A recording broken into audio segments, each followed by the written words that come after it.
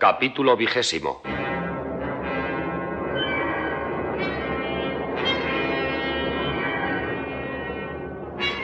Yura seguía desmayado sobre las irregulares piedras de la calle. Pobre hombre, ¿qué le habrá pasado? ¿Alguna mala noticia? ¿O el hambre? ¿Os habéis dado cuenta de lo flaco que está? Ya parece que se mueve. Se está recobrando. Cuando el doctor Jivago volvió en sí y lo ayudaron a levantarse, muchos se ofrecieron para acompañarle, pero no quiso aceptar ayuda de nadie. Gracias. No es necesario. Solo tengo que cruzar la calle y entrar en la casa de enfrente. Gracias. Gracias a todos. Yuri Andreyevich subió de nuevo la escalera y se dispuso a abrir la puerta del piso de Lara.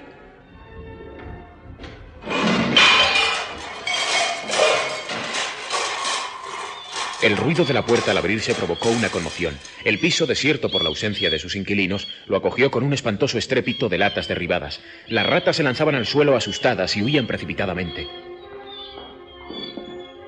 Malditos bichos. Se sintió incómodo e impotente contra aquel repugnante alboroto. Decidió levantar una barrera contra aquel asalto, encerrarse en una habitación que pudiera aislarle del resto del piso, tapando con trozos de cristal y hierros los agujeros de las ratas.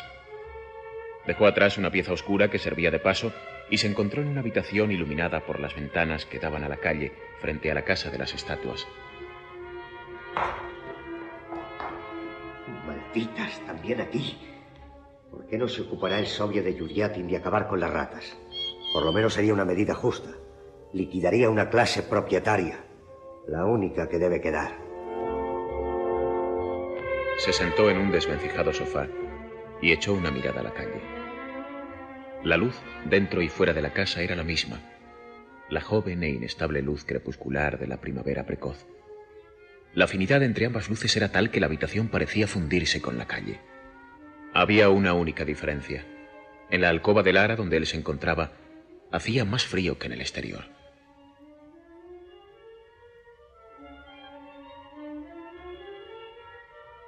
Cuando se acercaba a la ciudad en la última etapa de su viaje, y cuando 1 o 2 horas antes la atravesó, la debilidad que aumentaba constantemente en él le pareció un síntoma de enfermedad y le asustó, lo mismo que el ahogo sufrido en la escalera.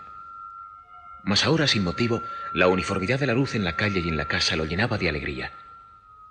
Sus temores se habían disipado. No pensaba ya en enfermedades. La transparencia vespertina de aquella luz primaveral le parecía una garantía de lejanas y promisoras esperanzas. Le inducía a pensar que todo iba por el mejor camino, que lo alcanzaría todo en la vida, que lograría pensarlo y expresarlo todo. Y esperaba su inminente demostración en la alegría del encuentro con Lara.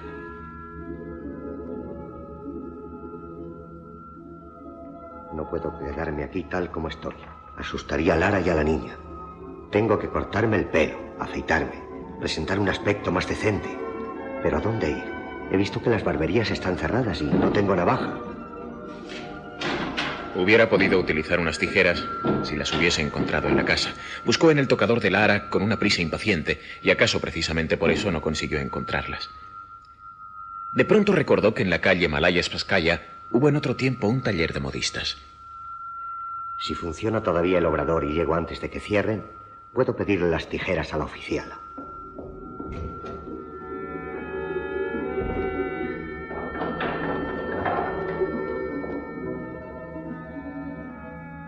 La memoria no le había engañado. El obrador continuaba en su sitio y en actividad. Ocupaba un local a nivel de la calle con una ventana que daba a la acera y servía de escaparate, y desde la cual se veía el interior. El taller estaba abarrotado. A las modistas se les habían agregado algunas voluntarias, mujeres de edad madura de la buena sociedad de Yuriatin, que lo hacían por conseguir las cartillas de trabajo a las que aludían los bandos pegados en la pared de la casa de las estatuas.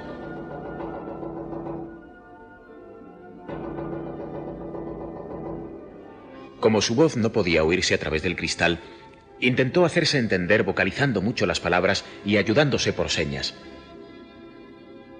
Déjenme entrar. Que me dejen entrar. Pasar. Quiero pasar. Entrar. Una de las obreras, con aire contrariado, le preguntó también por señas qué deseaba. Con los dedos índice y medio, Jivago indicó el movimiento de las tijeras, pero no lo comprendieron. Creyeron que se trataba de alguna burla y que se divertía a su costa. Con su aspecto y su extraña conducta podía parecer un vagabundo o un loco. Se echaron a reír y le hicieron señas para que se apartase de la ventana. Tijeras. Necesito unas tijeras. ¡Unas tijeras! Al apartarse desalentado de la ventana, se le ocurrió entrar en el patio y buscar la puerta del taller, a la cual se apresuró a llamar.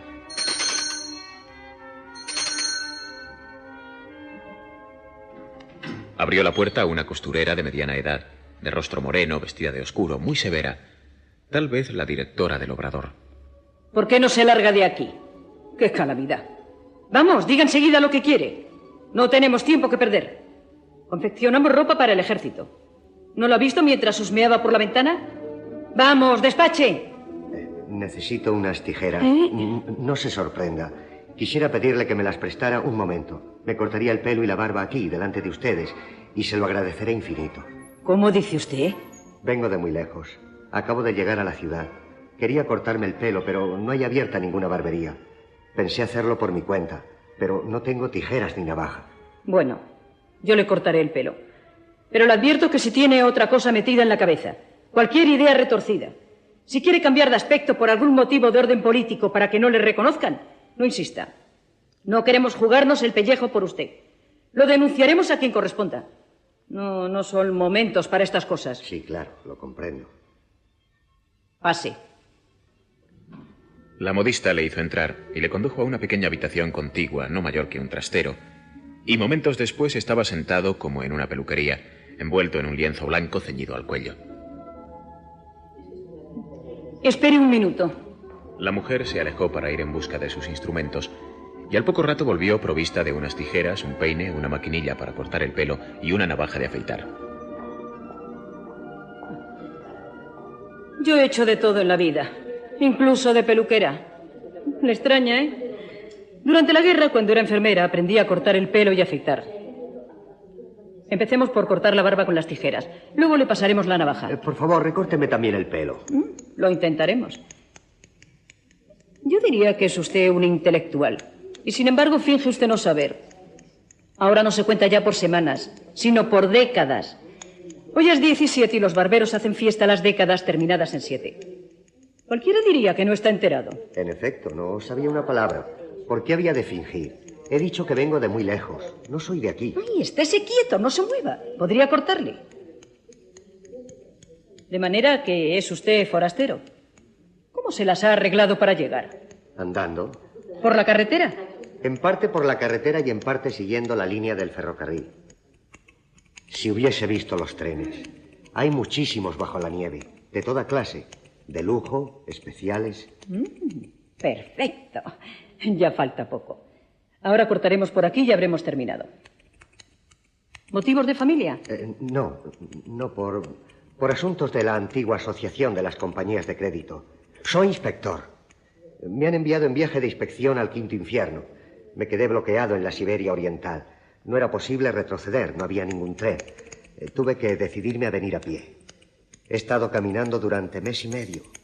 He visto tantas cosas que necesitaría toda una vida para contarlas. No tiene por qué contarlas. Yo le diré lo que debe hacer. Pero ahora espere. Aquí tiene el espejo. Saque una mano y cójalo. Mírese. ¿Va bien? ¿Qué le parece? Podría haber recortado un poco más. No quedaría bien. Le decía que no hay que contar nada. Lo mejor que hoy se puede hacer es estar callado sobre lo que sea. Compañía de crédito, trenes de lujo bajo la nieve, inspectores y revisores. Será mejor que olvide todas esas palabras. Podría ocurrirle una desgracia. Invente más bien que es un médico o un maestro de escuela. Bien, ya hemos cortado la barba. Ahora hay que afeitarla. Vamos a enjabonarla y rejuvenecerá usted 10 años. Voy a calentar un poco de agua. ¿Quién será esta mujer? Tengo la impresión de conocerla. Hay algo en ella que me parece haber visto o oído antes. Quizá me recuerde a alguien. ¿Pero a quién? Ya me tiene aquí. Vayamos con el afeitado. Le decía que lo más conveniente es no decir sino lo necesario. Hay un viejo refrán que dice: la palabra es de plata y el silencio de oro. Ya le dije que es mejor que invente algo, que es médico o maestro de escuela. Y eso de que ha visto muchas cosas, resérveselo para usted. No tiene que maravillar a nadie contando eso. ¿Le hace daño la navaja? No mucho. Araña un poco, ya lo sé. Pero ha de tener paciencia, amigo mío. El pelo está endurecido y la piel se ha desacostumbrado a la navaja.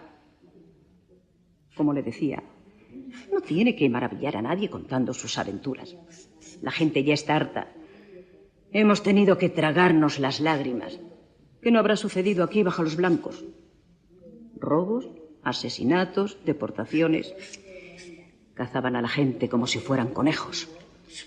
Por ejemplo, había un pequeño sátrapa, un tal Sapunov, que no tenía mucha simpatía a cierto teniente. Envió a los soldados para que lo desarmaran y lo llevasen escoltado a Rasvili, un lugar para las ejecuciones. ¿Por qué sacude la cabeza? Araña, ya lo sé, pero aguántese. Aquí he de afeitar a contrapelo y la barba es dura como cerdas. La mujer del teniente, como es lógico, tuvo un ataque. Quiso ver al jefe, pero no la dejaron pasar. Suerte que aquí, en esta misma calle, había una persona que sabía lo que había que hacer para llegar al jefe y que defendía a todo el mundo. El jefe era un hombre extraordinario, humano y lleno de comprensión.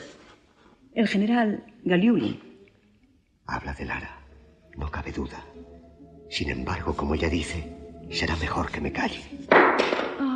Vaya por Dios. Pobres tijeras. Con tal de que no se hayan despuntado. ¡Ay, estése quieto! ¡Quiere! Ahora continúan las denuncias. Los fusilamientos, toda clase de atrocidades. Pero hay un poder nuevo. La idea es distinta. Nosotras éramos 4 hermanas y todas trabajábamos. Es lógico que simpatizáramos con los bolcheviques. Una de mis hermanas murió. Estaba casada con un político.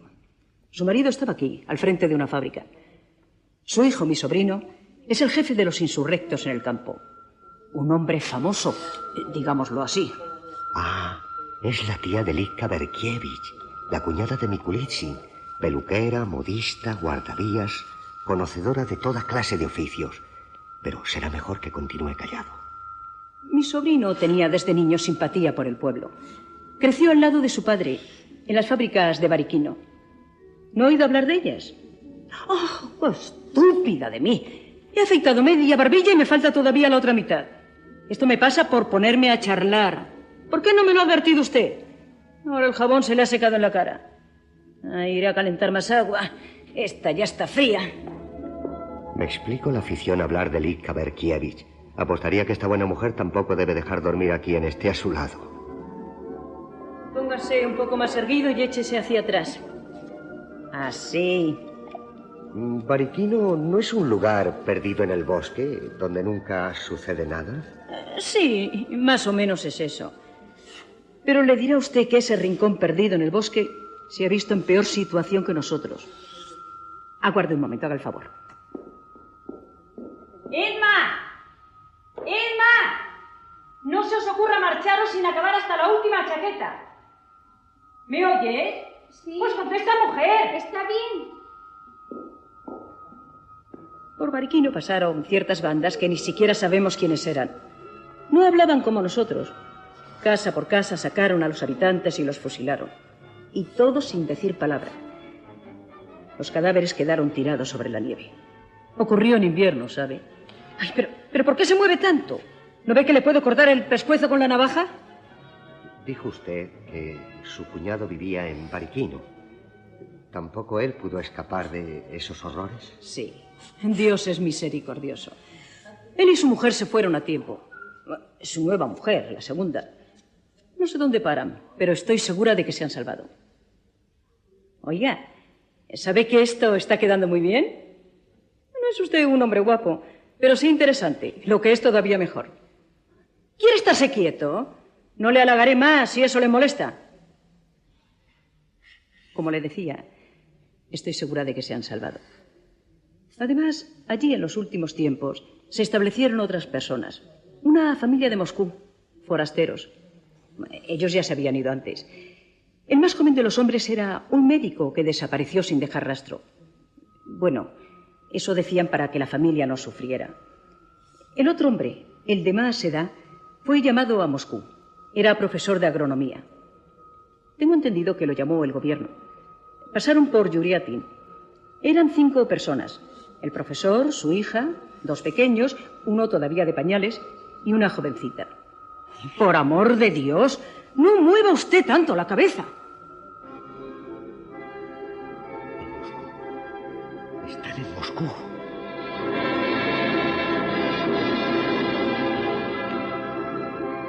Yuri Andreyevich se despidió afectuosamente de la locuaz costurera peluquera que, sin saberlo, le había devuelto la tranquilidad.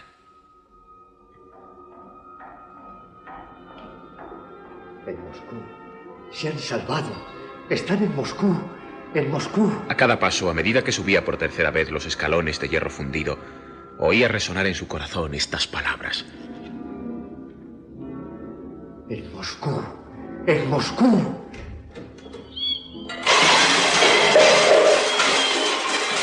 El piso vacío le acogió de nuevo con el barullo de las ratas que saltaban y huían por todas partes. Comprendió que aunque estaba cansadísimo no podría pegar ojo en medio de aquella repugnante compañía. Así pues comenzó los preparativos para pasar la noche tapando los agujeros por donde salían las ratas. Al cabo de 1 hora estaba todo arreglado y se dispuso a encender la estufa con la leña que había encontrado en la cocina.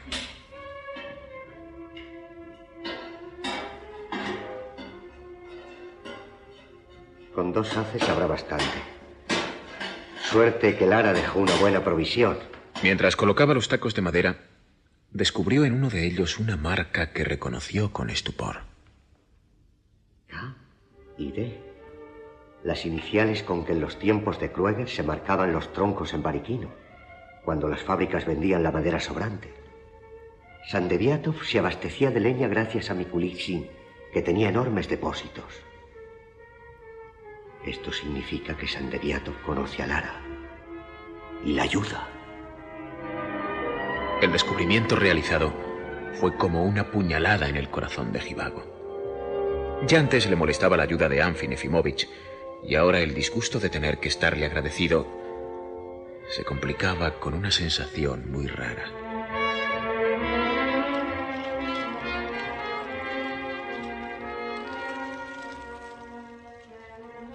En la estufa, la madera seca de Bariquino ardía con alegres chasquidos, y a medida que los troncos comenzaron a llamear, unos vagos celos, fundados en débiles suposiciones, iban adquiriendo certidumbre absoluta en la mente del doctor. Pero en su alma desgarrada, un sufrimiento se imponía a otro.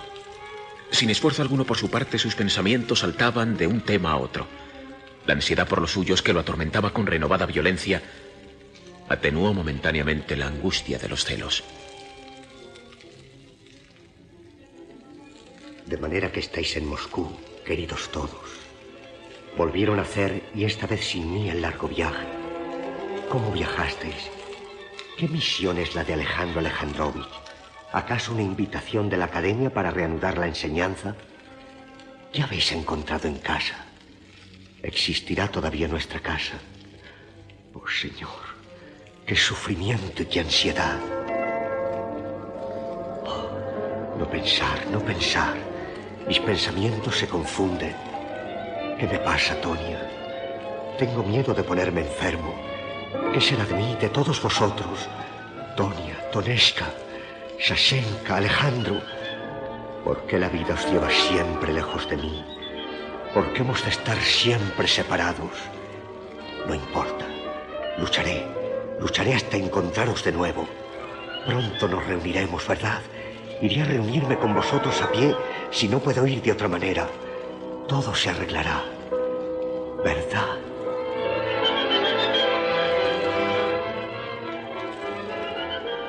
Pero, ¿cómo la tierra puede soportarme a mí, que olvido siempre que Tonia tenía que dar a luz?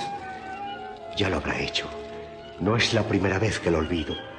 ¿Cómo habrá ido el parto? Al ir a Moscú pasarían por Yuriatin. Bien es verdad que Lara no los conoce. Y sin embargo, la modista peluquera, que es una extraña para mí, ha podido decirme algo sobre su suerte. Mientras que Lara no me dice nada en la nota que me ha dejado. Extraña indiferencia. No menos inexplicable que su silencio sobre Sandeviatov.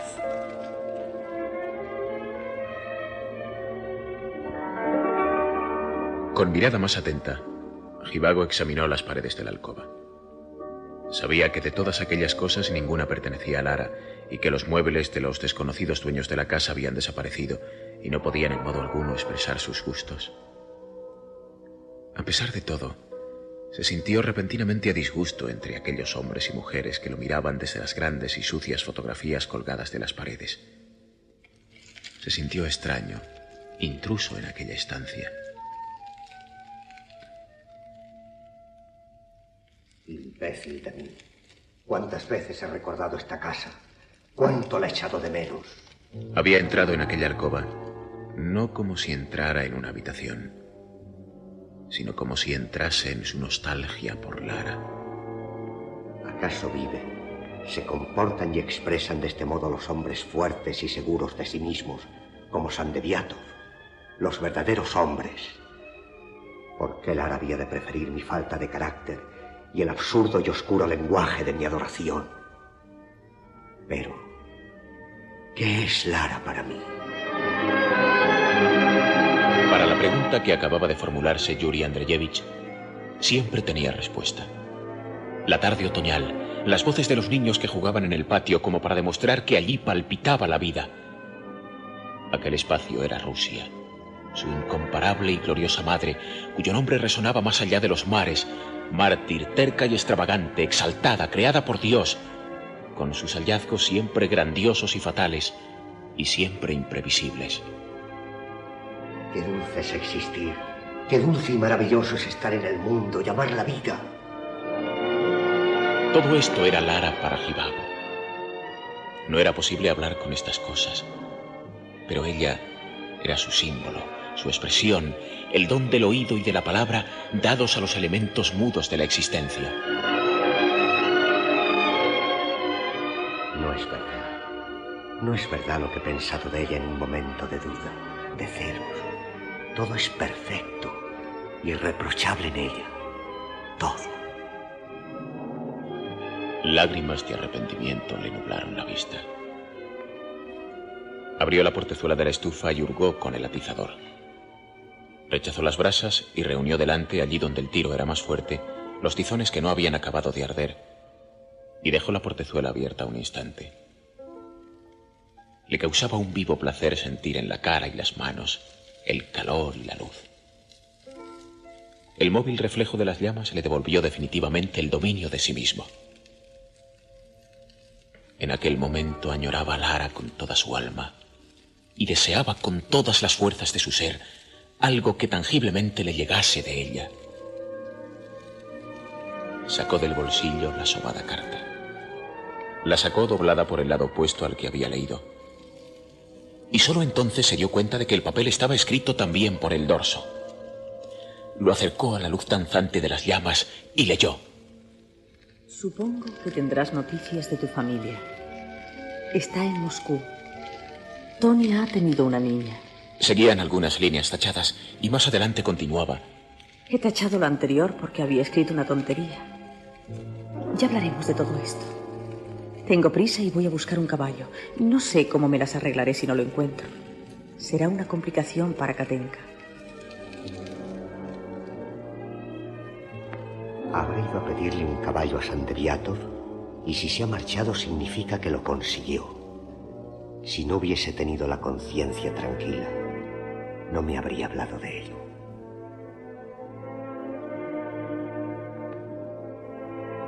Cuando la leña se hubo consumido, comió un poco. A continuación se apoderó de él una terrible soñolencia. Se acostó en el diván y se durmió profundamente. No oía el repugnante alboroto de las ratas detrás de la puerta y en las habitaciones contiguas. tuvo 2 pesadillas.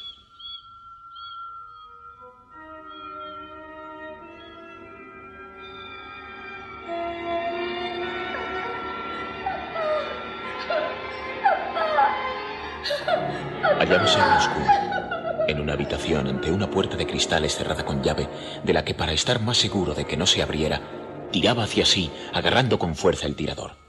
Detrás de la puerta se debatía Sasenka, llorando y pidiendo que le dejara entrar.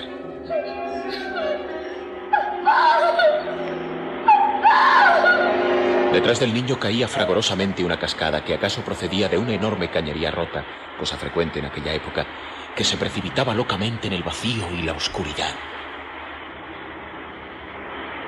El ímpetu y el estruendo de la cascada aterrorizaban al niño. Casi no se entendía lo que gritaba porque el ruido ahogaba el sonido de su voz, pero el doctor veía que sus labios formaban las palabras que le llamaban.